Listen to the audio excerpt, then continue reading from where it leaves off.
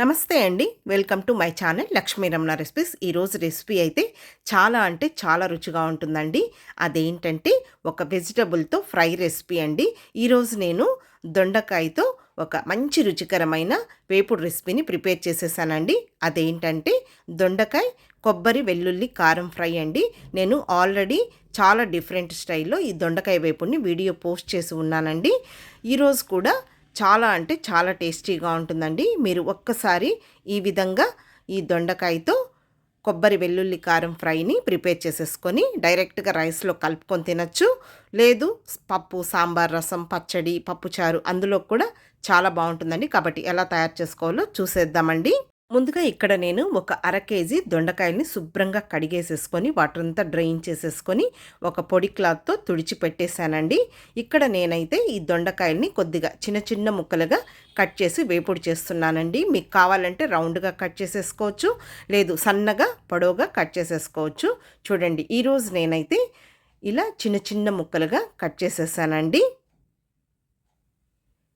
ఇప్పుడు ముందుగా స్టవ్ వెలిగించుకొని ప్యాన్ పెట్టేసుకోవాలండి.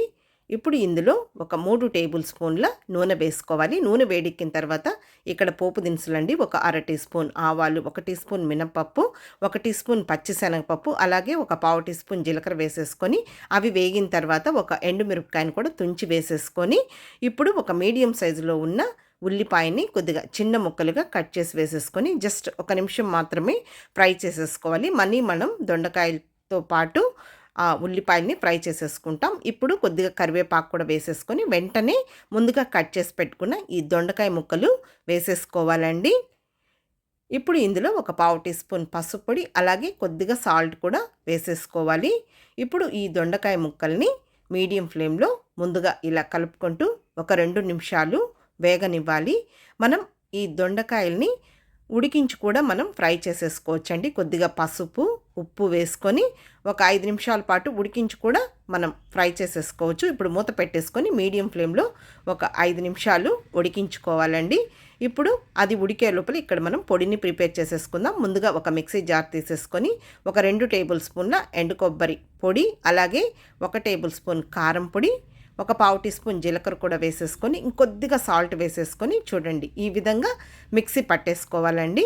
ఇప్పుడు ఇందులో ఒక 8 వెల్లుల్లి రెబ్బల్ని కచ్చాపచ్చగా దంచి వేసేసుకొని జస్ట్ ఒకసారి గ్రైండ్ చేసేసుకోవాలండి. ఈరోజు వేపుడులోకి ఈ పొడి అండి టేస్ట్ ఇచ్చేది. చూడండి, ఇప్పుడు 5 నిమిషాలు అయిన తర్వాత మూత తీసి చూస్తే చూడండి దొండకాయ ముక్కలు మనకు ఒక 1/4 వంతు దాకా వేగాయి. ఇప్పుడు మూత పెట్టకుండా ఇంకొక 2 నిమిషాలు ఇలా మీడియం ఫ్లేమ్లో కలుపుకుంటూ ఫ్రై చేసేసుకోవాలండి. ఇప్పుడు చూడండి మనకు దొండకాయ ముక్కలు వేగాయన్నమాట. కొద్దిగా క్రంచిగా ఉంటేనే బాగుంటుందండి ఈ వేపుడులోకి. మనం అలా ఉడికించి కూడా వేపుడు చేసేసుకోవచ్చండి. ఇప్పుడు నేను ఈరోజైతే డైరెక్ట్గా పోపులో వేసేసుకొని ఈ విధంగా ఫ్రై చేసేస్తున్నానండి. మనకు ఎలా ఇష్టమైతే అలా చేసేసుకోవచ్చు. ఆయిల్ కూడా ఏం మరీ ఎక్కువ అవసరం లేదండి. మనకు ఒక్కొక్కసారి ఇలాంటి వేపుళ్ళు కొంచెం ముద్ద ముద్దగా అవుతూ ఉంటాయండి. మీరు ఈ విధంగా చేసి చూడండి, చాలా బాగా పొడి పొడిగా ఈ వేపుడు అనేది పర్ఫెక్ట్గా వస్తుంది. ఇప్పుడు ఈ దొండకాయ ముక్కలు వేగిపోయాయి. ముందుగా మనం తయారు చేసి పెట్టుకున్నాం కదా అండి కొబ్బరి వెల్లుల్లి కారం, ఆ పొడిని వేసేసుకొని ఇప్పుడు ఇందులో ఒక పావు టీ స్పూన్ ధనియాల పొడి కూడా వేసేసుకొని కొద్దిగా కొత్తిమీరని సన్నగా చాప్ చేసి వేసేసుకొని జస్ట్ ఈ పొడినంతా కూడా ఈ దొండకాయ ముక్కలకి బాగా కలిసేటట్టు కలిపేసేసుకొని లో ఫ్లేమ్లో 1 నిమిషం మాత్రమే ఈ వేపుడిని మనం ఫ్రై చేసేసుకోవాలండి. ఎందుకంటే మనం ఇక్కడ కొబ్బరి కారం వేసాం కాబట్టి హై ఫ్లేమ్ పెట్టామంటే మనకు ఆ ఫ్లేవర్ అంతా కూడా చేంజ్ అయిపోతుంది, ఆ పొడంతా కూడా మాడిపోతుంది. సో అందుకని లో ఫ్లేమ్లో 1 నిమిషం మాత్రమే ఫ్రై చేసేసుకుంటే సరిపోతుందండి. ఇప్పుడు స్టవ్ ఆఫ్ చేసేసుకోవాలి. అంతే అండి, చూశారు కదా ఈరోజు నేను దొండకాయ వేపుడిని ఇలా కొబ్బరి వెల్లుల్లి కారం వేసేసి ఎలా ప్రిపేర్ చేశానో చూశారు కదా అండి. ఎప్పుడు మనం ఒకేలాగా చేసుకుంటే మనకు బోర్ కొడుతుంది. సో అందుకని మనం వేపుడిని ఇలా డిఫరెంట్గా చేసేసుకోవచ్చు. కాబట్టి చూశారు కదా అండి, తప్పకుండా ట్రై చేయండి. వీడియో మీకు నచ్చితే లైక్ చేయండి, షేర్ చేయండి.